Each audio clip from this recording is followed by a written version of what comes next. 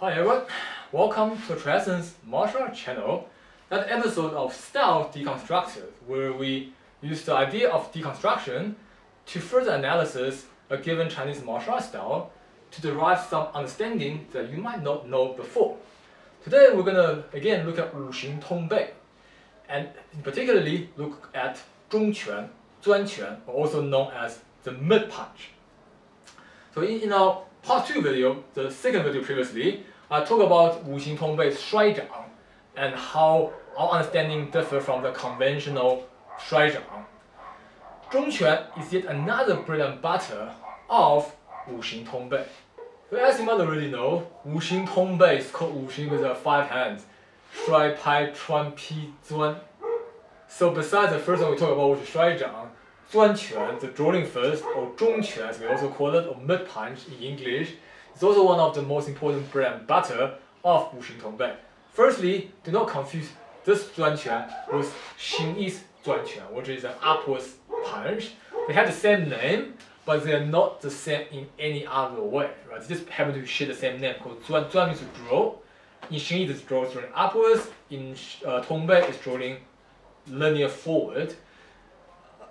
Rather, Wuxing Tongbei's mid punch is more like Xingyi's Bengquan, right? They have the same range of striking, the same type of linear punch, but the body mechanics is not exactly the same. But if you want to make a comparison, mid punch is more like Bengquan. But today we're going to talk about mid punch, and more specifically, one of the biggest mistakes people make when they're doing mid punch. And the big mistake that we're going to talk about today, we like to name it the old man's mid punch. Why we call it like that? Because they lean their body forward and hunch their back, right? So you're gonna see a video here of what people usually do when they do a Tongbei mid punch.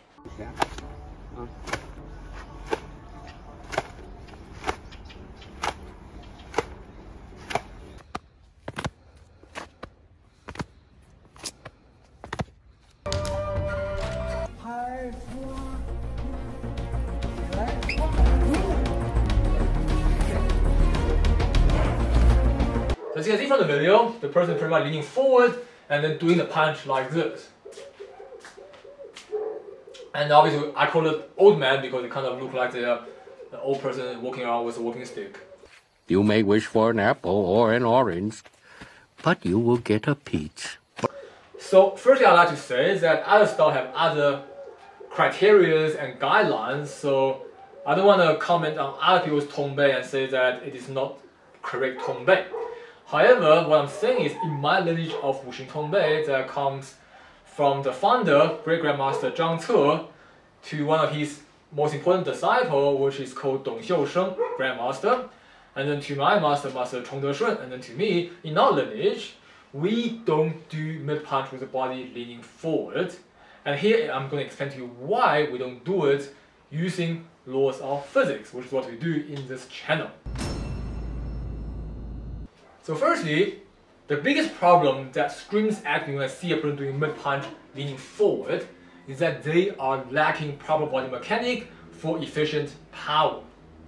Firstly, think of a very simple thing. If you want to carry something heavy, with like a box of stuff or a rock or something heavy, would you ever carry it with your back leaning forward like this? No, because you should all know that if you carry it like this, you're gonna break your back, right? It's a very awkward position for body to support strength, which is essentially what they are doing.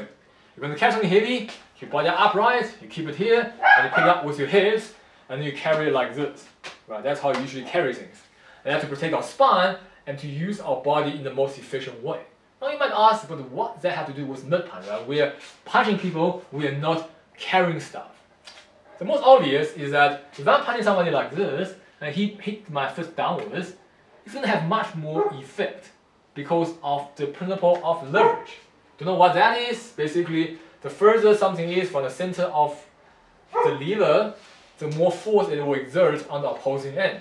Right? So if you think of in this case, my hip and waist would be the lever, and my whole body and the arm would be the stick. Then when he's applying this force downwards, you can see that it's very hard for me to resist because half of my body mass is suspended rather than supported by my legs. And it actually gives him a far easier time to hit my first downwards. But then you might say, what if I punch so far he can't hit the downwards?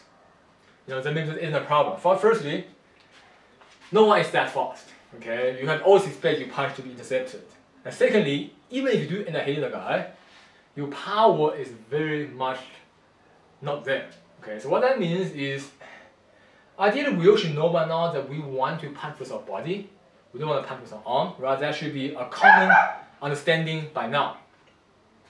Now, you can't use your body when half of it is suspended in an awkward position that you can't use power. At this point, you can mostly only use your arm to punch. So whether you like it or not, when in this position, you are doing an arm punch. Maybe you can use some hip, maybe you can use some of the body, but it's very little compared to a proper upright mechanic. And some people then might think, what about the fact that my body leans forward, right? Isn't that going to propel the punch better? Yes, to a small degree.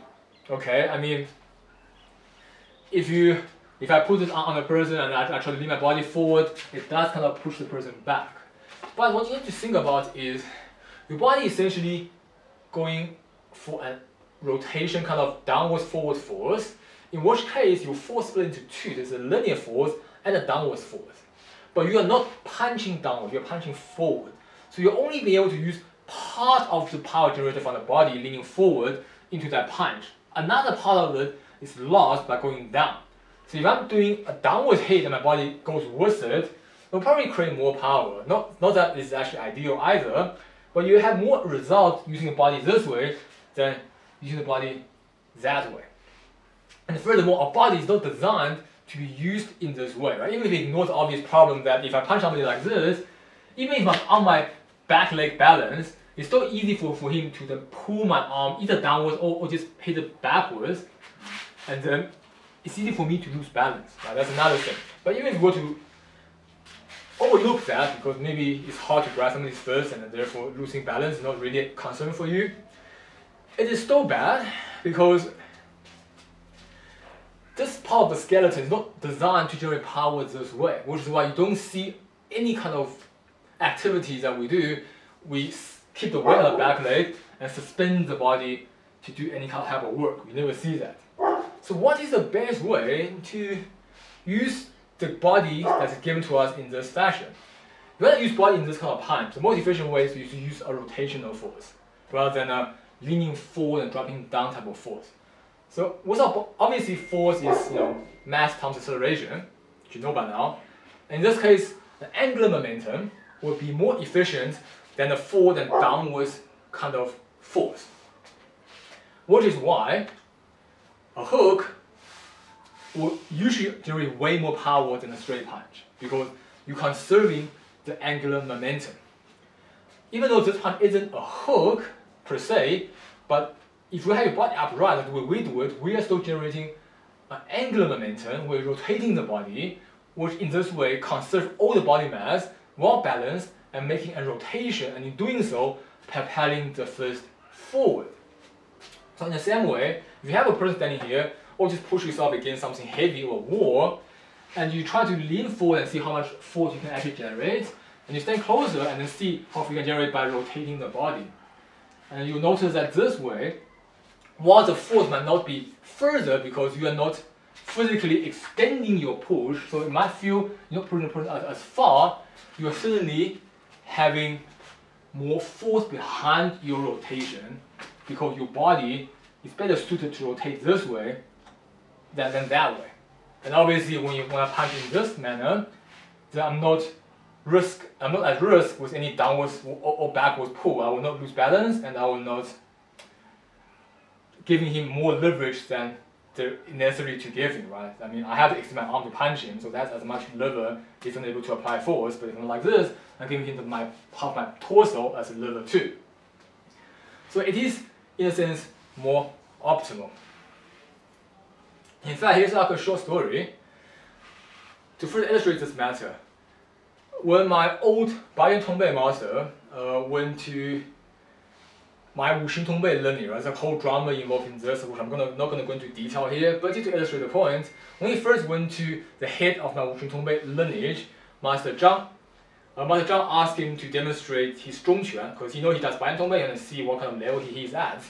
And when my old Baiyan Tongbei teacher did the mid punch, was his body leaning forward,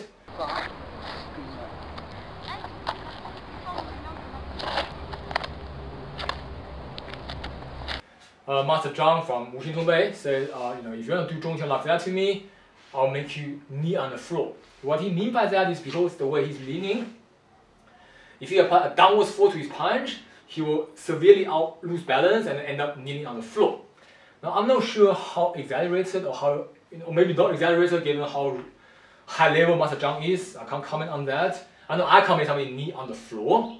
However, if I place Jackson in that awkward position of over-leaning, if I were to apply a downward force, you see, it kind of does make it easier to drop his body. Whereas, if he stands up with the regular mid punch like we do it, even if I apply the same amount of force, it's less severe.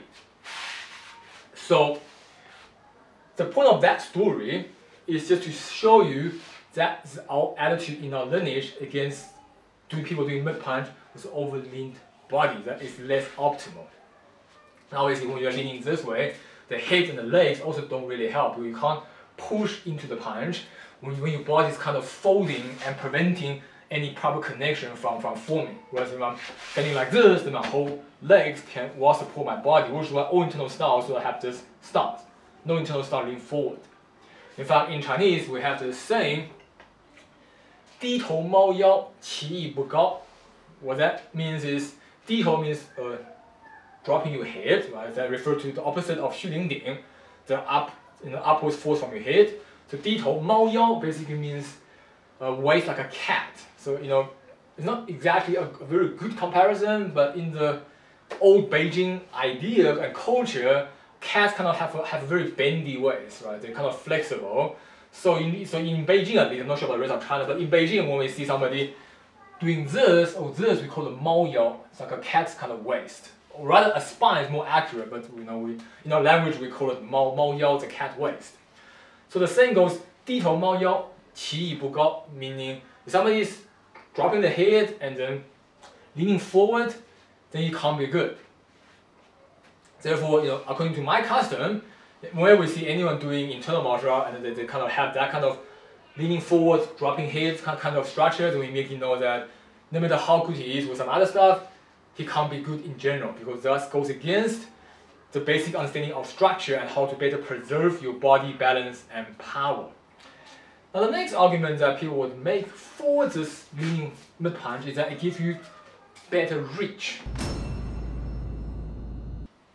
That is actually also not true, even though it kind of looks like it makes sense initially. So originally, hopefully you should know by now, but if you don't, well, now is the chance to know, is that a large portion of Chinese traditional martial arts, especially external styles, that including Tongbei, came from weaponry.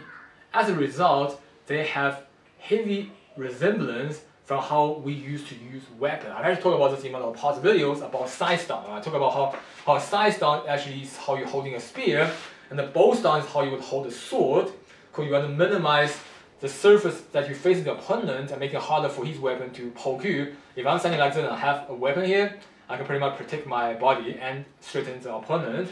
Whereas if I'm having like an internal martial art stance or like a boxing kind of stance, my whole body is open, and that obviously is not ideal when it comes to using a weapon. Ultimately, most of the time, you're only having one style of weapon facing the guy. You're not dual wielding. Even if you're dual wielding, the one support and one is a main attack, so that it gives you no advantage to forward facing the opponent. Right? But that's for another video I've already done in the past. But extended from that same idea is also why a lot of old, especially external martial arts, they can't have this stance and lean their body forward. Here you can see a picture of him guys doing rapier work, and you can see how their stance is almost identical to the Tongbei mid punch. Alright, so now we're gonna briefly talk about that. So almost like in that video, right? So the guy would have like a 虚部, and then they will basically, okay, we don't have enough space in this place, but the idea that we hold our sword up like this, and you kind of want to lean, yeah, hold it also like me, and then lean forward with your body.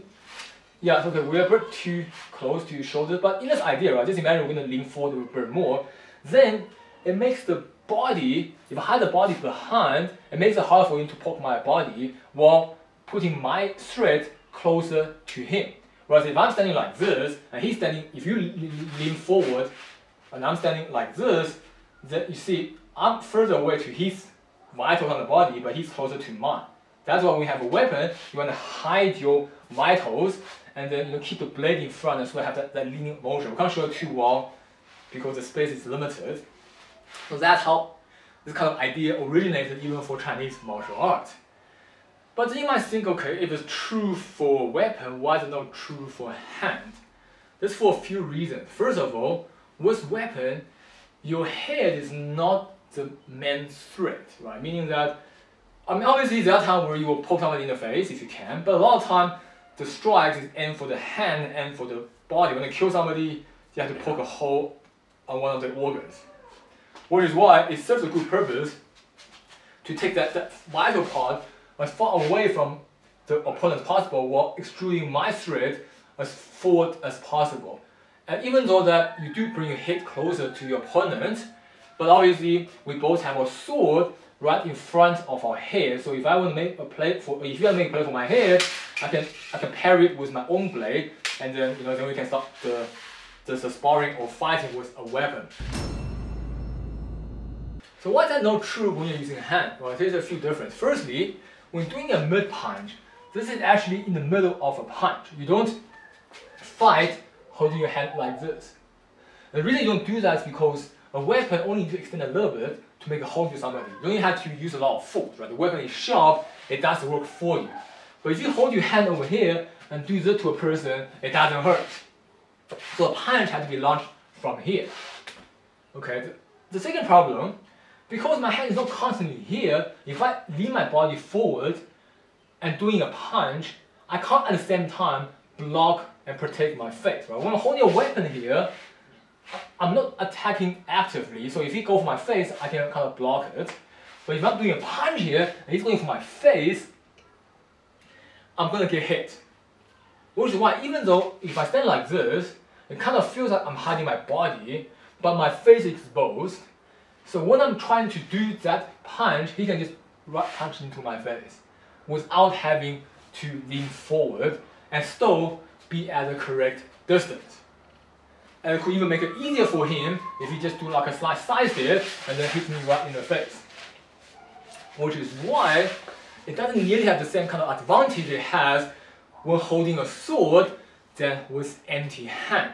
So even though it appears that you are having extra reach, right?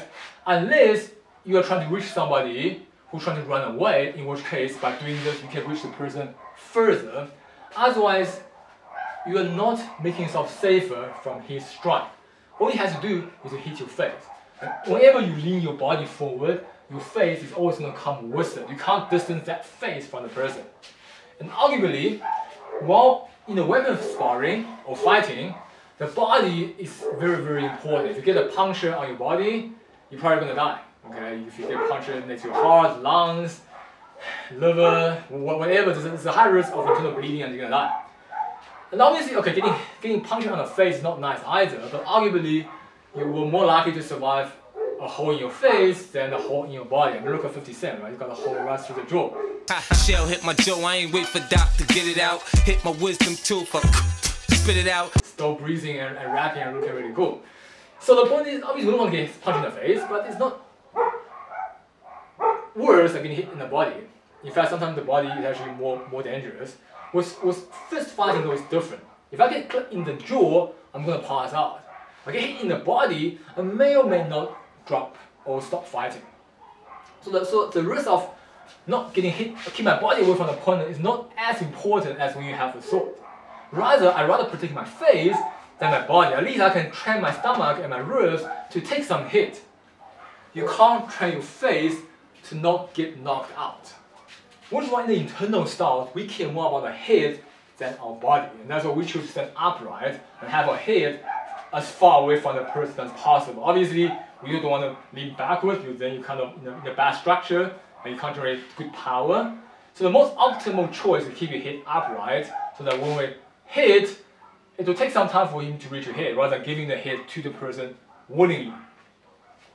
And that's pretty much why that in my lineage of Wuxing Tongbei, we prefer to do a mid punch like this rather than like that.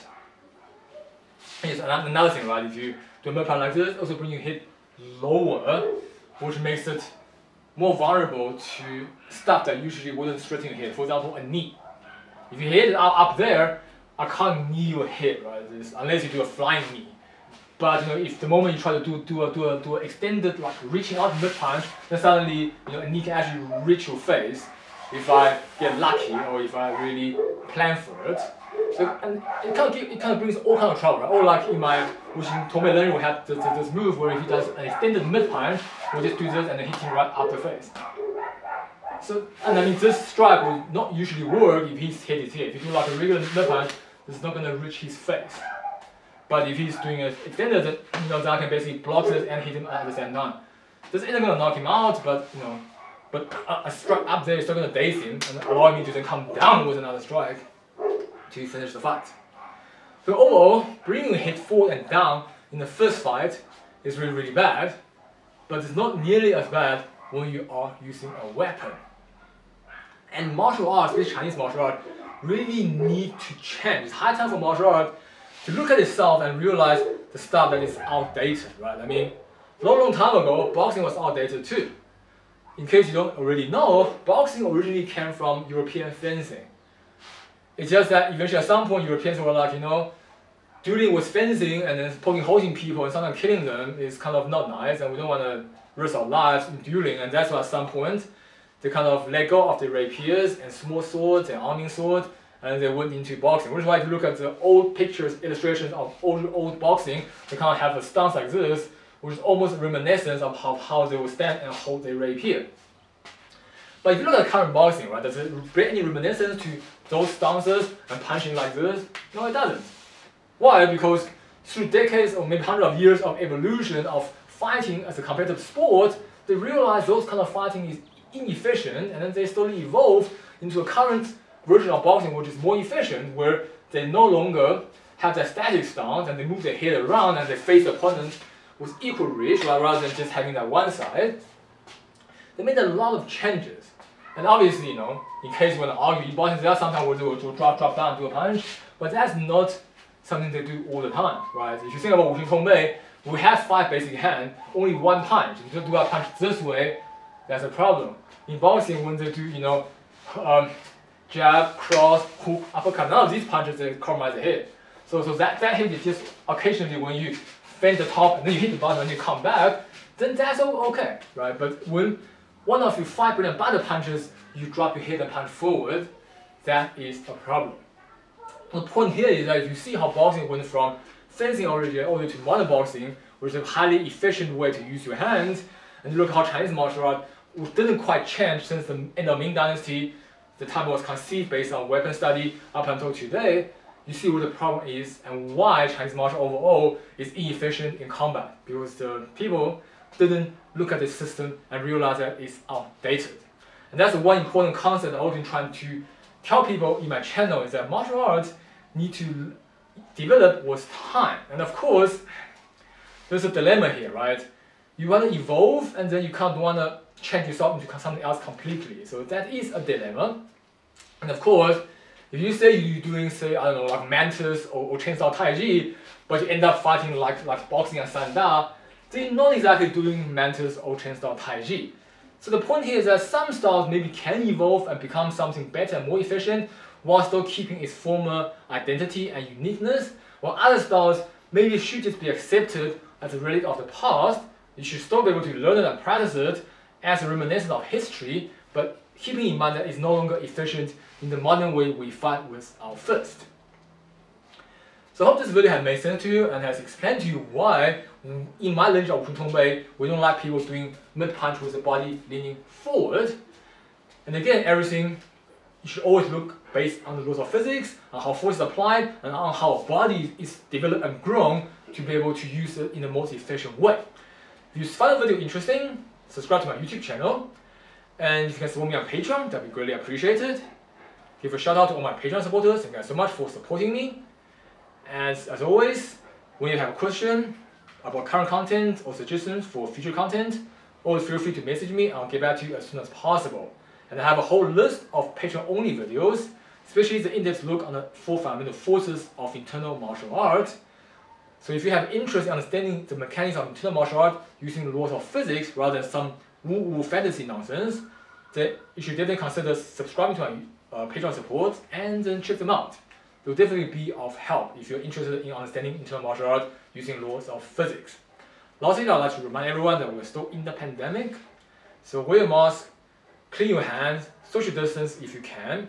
Stay safe and stay healthy. Thanks for watching TriEssence Martial channel, and I'll see you next time.